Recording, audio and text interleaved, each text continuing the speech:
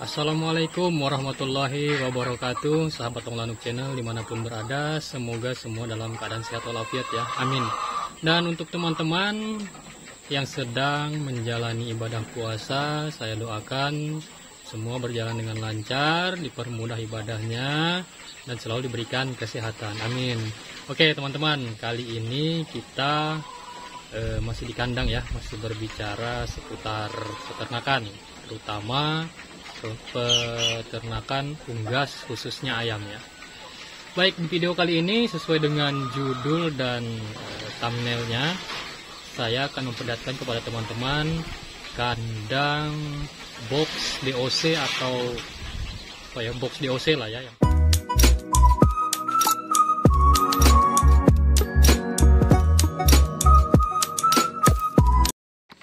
Ya, berbicara soal atau tentang peternakan khususnya ayam ya.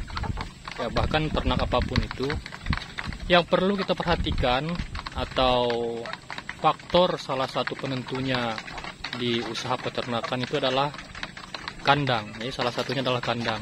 Sebenarnya banyak faktor, diantaranya bibit, pakan, dan masih banyak lagi termasuk manajemen pemeliharaan dan sebagainya.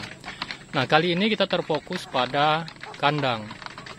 Nah, kandang ini juga terbagi berdasarkan jenis ternak yang akan kita pelihara. Kemudian tujuan akhir pemeliharaan. Nah, sekarang kita terfokus kepada unggas atau ayam. Nah, khususnya ayam kampung.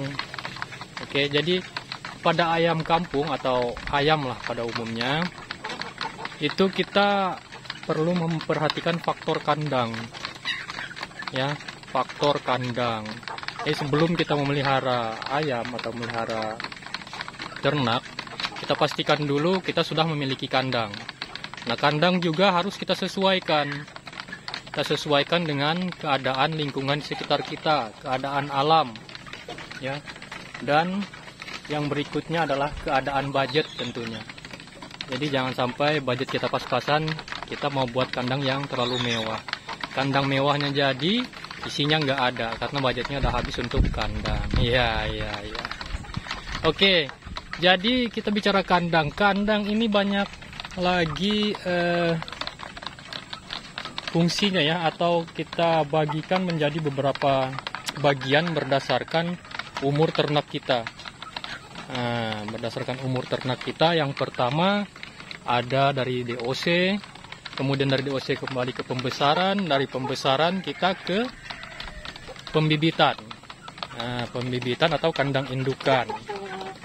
Nah, ini kalau kita ingin mengembangkan, jadi dari DOC, kemudian pembesaran langsung ke apa ini?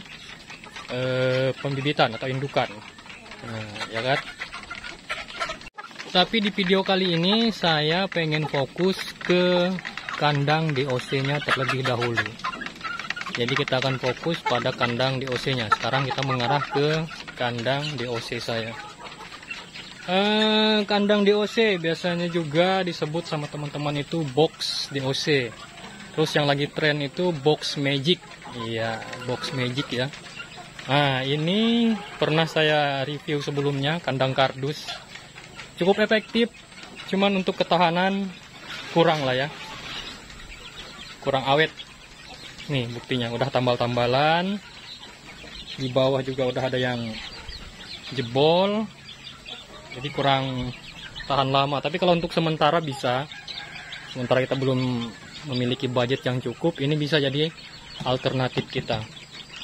Nah, ini yang pertama pengen saya perlihatkan adalah ini saya dapat DOC dari teman saya. Ini tuh apa ya, DOC-nya ini ginuk-ginuk, tapi yang ginuk-ginuk pemboloknya. Coba teman-teman lihat, pemboloknya semok-semok.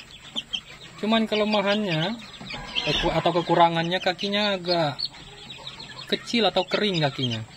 Mungkin karena pemeliharaan sebelumnya kurang tepat ya, karena ditaruh di dalam kardus, bercampur di situ air minumnya apa semuanya, jadi DOC-nya kurang sehat.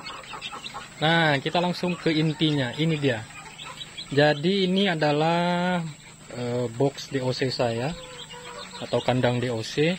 Ini baru selesai pengerjaannya, alhamdulillah. Nah, jadi seperti ini. Ini DOC saya. Kita lihat dulu penampilannya. Ya, lumayan terginuk-ginuk kan ini.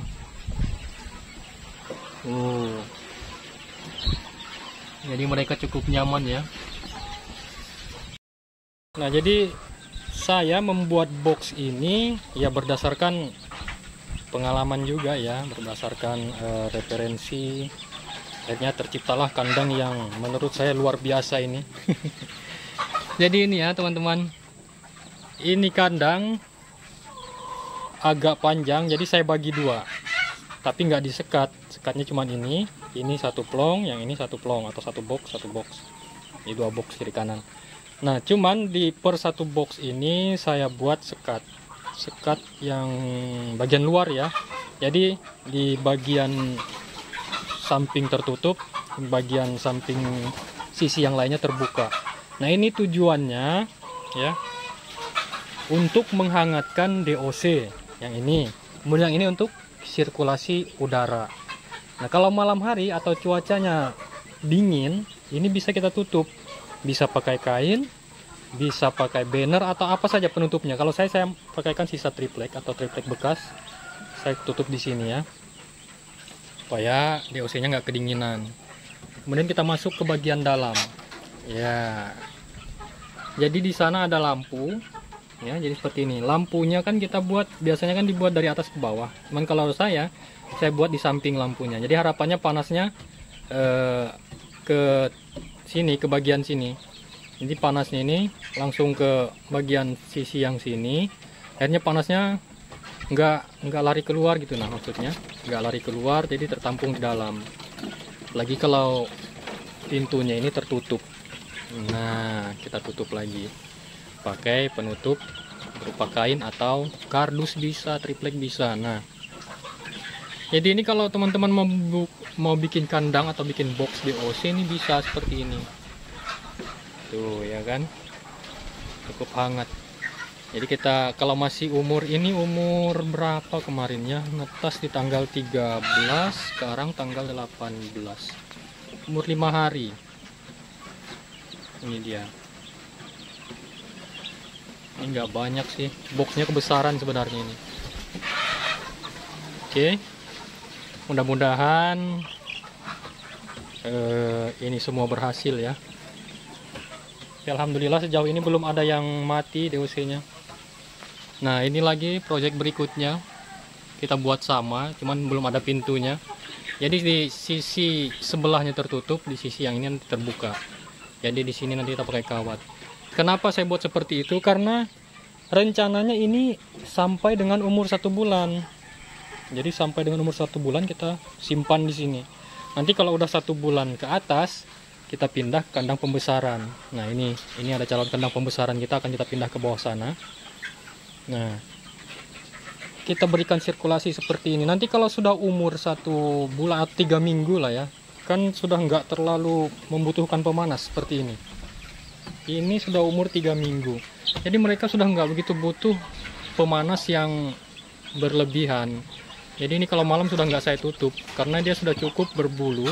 Ini sudah mulai kita biarkan beradaptasi dengan dingin, dengan lingkungan ya, perlahan-lahan. Karena nantinya akan kita pindah ke kandang terbuka seperti itu, di tempat terbuka dan kandangnya nggak terbuka seperti itu.